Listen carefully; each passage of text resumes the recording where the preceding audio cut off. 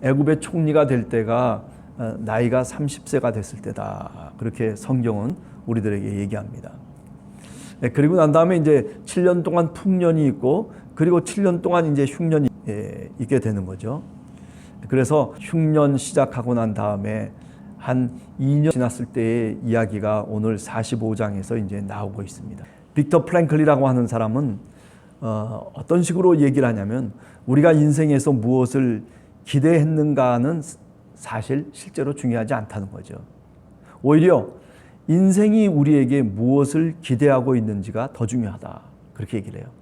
예를 들면 이런 걸 거예요. 이제 우리가 할아버지 할머니가 되면 손자 손녀가 와서 집에서 음식도 만들어주고, 또 그런 거 하면 놀아주기도 하고, 뭐 이런 것들이 삶의 어떤 활력소가 될 수 있거든요. 그런 그 과제가 내 삶의 시간 속에서 빠져버리면은, 그러면은 그만큼 그 시간은 사실은 어떻게 보면 빈 시간이라고 얘기할 수 있거든요.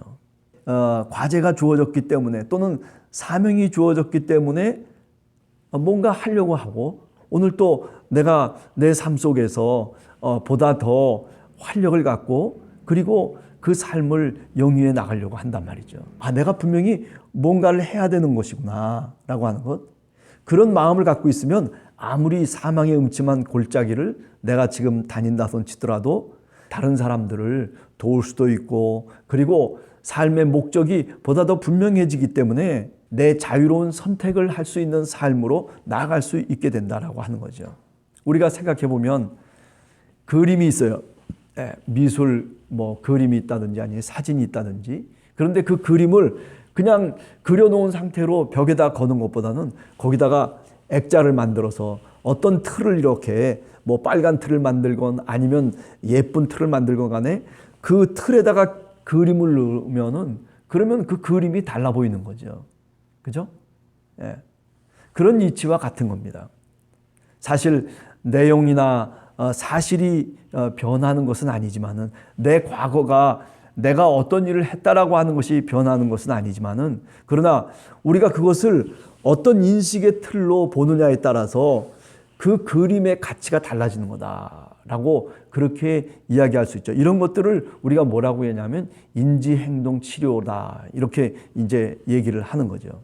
예를 들어서 내가 오늘 여러 가지 어려운 문제에 부닥치고 있어요. 그러면 그 어려운 문제라고 하는 그 사실이 바뀌는 건 아니에요. 그러나 내가 생각하는 방식을 어떤 틀로 짜느냐에 따라서 그 모든 의미들이 달라질 수 있다라고 하는 거죠.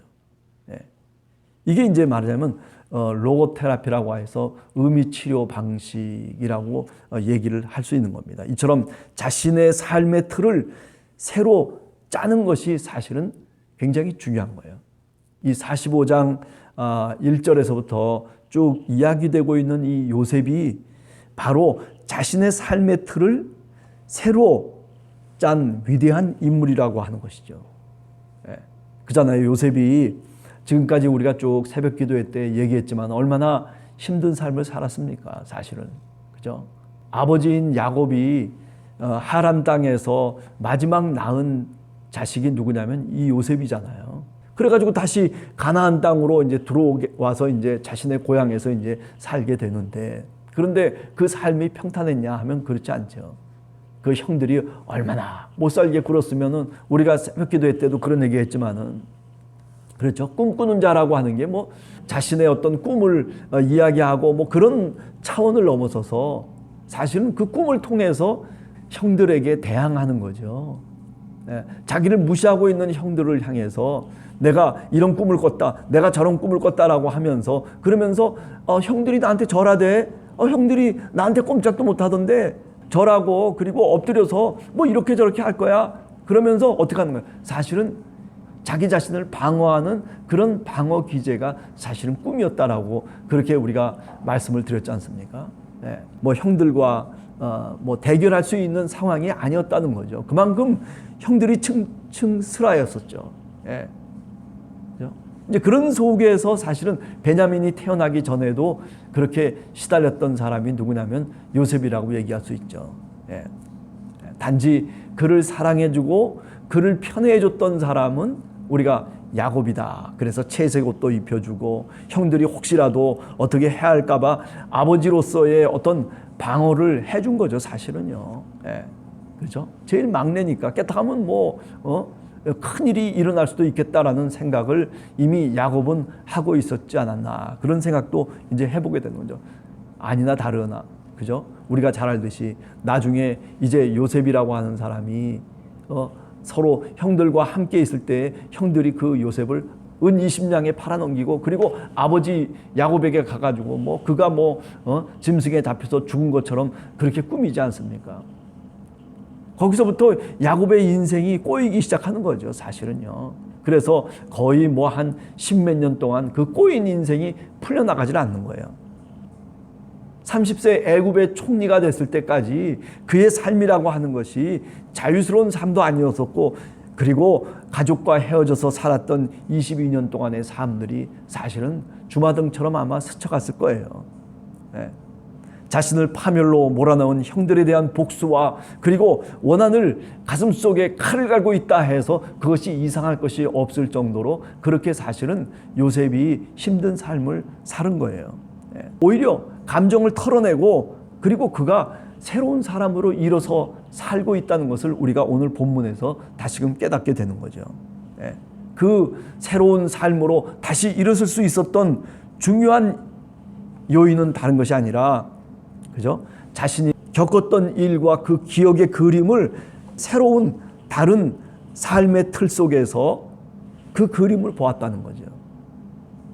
그게 다 뭡니까? 우리가 오늘 읽은 45장 4절에서부터 8절에 나오는 내용이에요. 하나님께서 나를 형님들보다 먼저 앞서서 이 애굽에 보내셔서 우리의 목숨을 살리려고 하나님께서 그렇게 하셨다는 거예요. 하나님께서 나를 형님들보다 먼저 앞서 보내셔서 그래서 형님들의 종족들을, 형님들의 후손을 땅 위에 살아남게 하기 위한 그런 목적이었다는 거죠. 나를 이곳에 보낸 것은 형님들이 아니라 바로 하나님이십니다 라고 그렇게 요셉이 그 형들 앞에서 이야기하고 있지 않습니까? 이게 뭐예요? 이게 자신이 겪었던 그런 여러 가지 일들과 기억들, 미워할 수밖에 없고 그리고 원수나 또는 증오할 수밖에 없는 그런 감정을 형들에게 품어야 됐었는데도 불구하고, 그런데 이 요셉은 그렇지 않은 거예요. 왜 그렇습니까? 그 그림의 틀을 새롭게 짰기 때문에 그래요. 하나님께서, 그죠? 우리가 야곱의 그 베델의 신앙 경험을 우리가 얘기하지 않았습니까? 늘. 요셉이라고 하는 사람도 그 아버지 야곱이 꿈을 꾸면서 그러면서 그 베델 속에서 사실은 신앙의 고백을 새롭게 했듯이, 그래서 그 베델의 신앙 고백의 그 틀을 갖고 어떻게 했어요? 하란으로 올라가서 20년 동안 고생하는 동안에도 사실은 그 고생을 잘 버텨낼 수가 있었던 거예요. 견딜 수가 있었던 거예요. 그것처럼 오늘 요셉도 마찬가지인 거예요. 하나님께서 나와 함께 하신다는 거죠. 하나님이 내 삶을 주장하시고 하나님이 내 인생의 길 가운데 주인이 되신다라고 그렇게 요셉도 생각하고 있는 것이죠.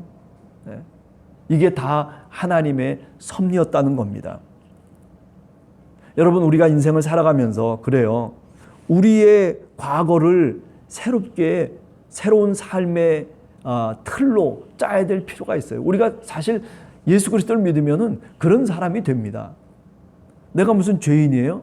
근데도 우리가 하나님 앞에 나와서 무릎을 꿇고 하나님께 나는 죄인입니다 라고 고백하는 이유가 뭐예요? 다른 사람과 비교해 보면 내가 무슨 나쁜 짓을 했습니까? 아니면 남의 물건을 훔쳤습니까? 아니면 거짓말을 하고 그래가지고 남을 속였습니까? 아니면 남의 것을 도둑질했습니까? 아니에요. 십계명으로 생각해 보면 별거 없어요. 그런데도 불구하고 왜 우리가 하나님 앞에서 죄인이라고 얘기하는 겁니까? 그것은 내 삶의 틀을 내가 다시 새롭게 짰어요. 하나님 앞에서 내가 살아가는 신앙인이라는 거예요. 하나님 앞에 서 있는 인간이라고 하는 그런 관점을 갖고 내가 내 인생의 틀을 다시 새롭게 보기 때문에 그런 거예요.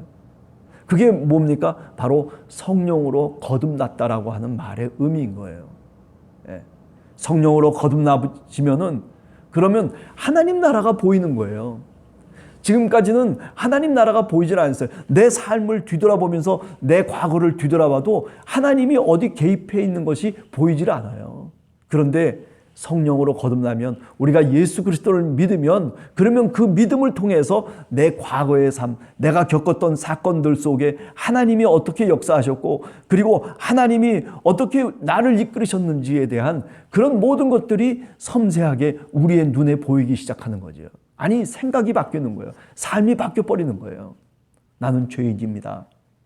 나는 하나님 앞에서 구원받을 수 없는 죄인이었습니다. 그러나 주님, 오늘도 내가 주님을 믿고 그리고 주님의 백성이 되었으니 주여, 나를 주님의 손에 부탁합니다. 주님이 내 인생의 주인이 되어주시고 그리고 내 삶을 이끌어 주시옵소서. 이제는 내가 사는 것이 아니고 하나님께서 나와 함께 동행하고 있다는 그런 고백이 우리가 저절로, 그죠? 거듭난 삶 속에서 예수 그리스도를 믿으면 누구나 다 그런 생각을 품기 시작하지 않습니까? 그게 뭐냐면 새로운 틀로 내 인생의 그림을 보기 시작하는 거예요. 네. 오늘 이 요셉도 마찬가지입니다.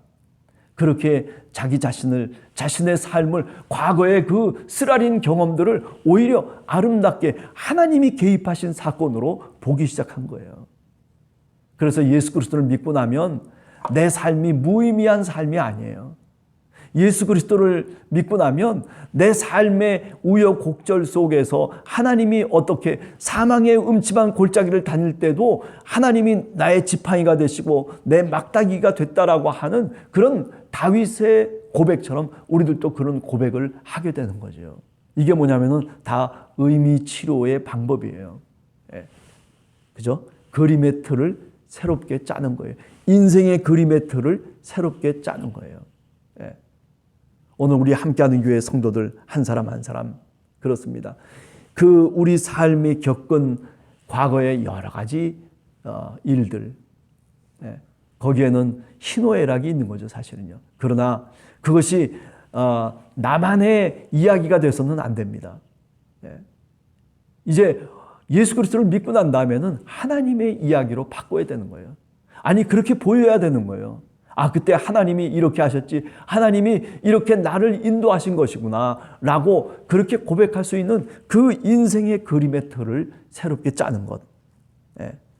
요셉은 자신의 과거 전부를 이렇게 새로운 틀로 다시 짰습니다. 그리고 요셉은 자신의 사명이 무엇인지를 깨달을 수가 있었어요.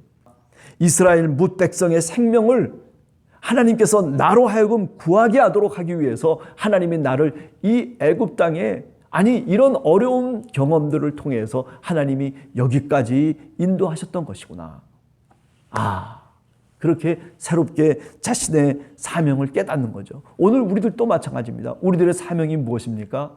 하나님이 왜 나를 하나님의 백성으로 만드시고 하나님의 자녀로 삼으신 거예요? 그것은요, 다른 사람에게 복음을 전하라는 거예요. 예. 그런 사명을 깨달아야 되는 거예요.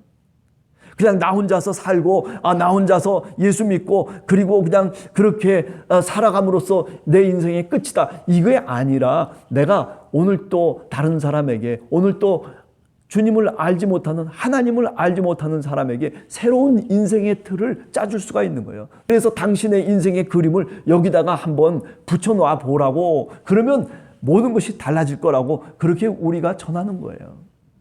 그게 뭐예요? 복음을 전하는 겁니다. 예. 새로운 인생의 틀을 짜도록 만들어주는 것, 그것을 소개하고, 그리고 그렇게 해서 그 사람의 인생이 의미가 달라지고 삶의 가치가 달라질 수 있다는 거죠. 예. 예, 그렇습니다. 예. 오늘 하루를 시작하면서, 예, 오늘 이 하루 동안 그래, 우리들에게 어떤 일이 벌어질지, 뭐 늘 하루하루 살아가는 것이 늘 똑같다, 그렇게 생각지 마시고, 오늘 하루도 하나님이 개입하셔서 하나님이 우리를 어떻게 이끌어 가실지 하나님 앞에 기도하면서, 하나님 나를 보다 더 하나님의 백성으로 삼아주시고 하나님이 이끄시는 내 삶의 하루가 될 수 있도록, 하나님 가치 있는 하루가 될 수 있도록 하나님께서 붙잡아 달라고, 그렇게 다시 한번 기도하면서 출발하는 하루가 되시기를 간절히 주님의 이름으로 축원합니다.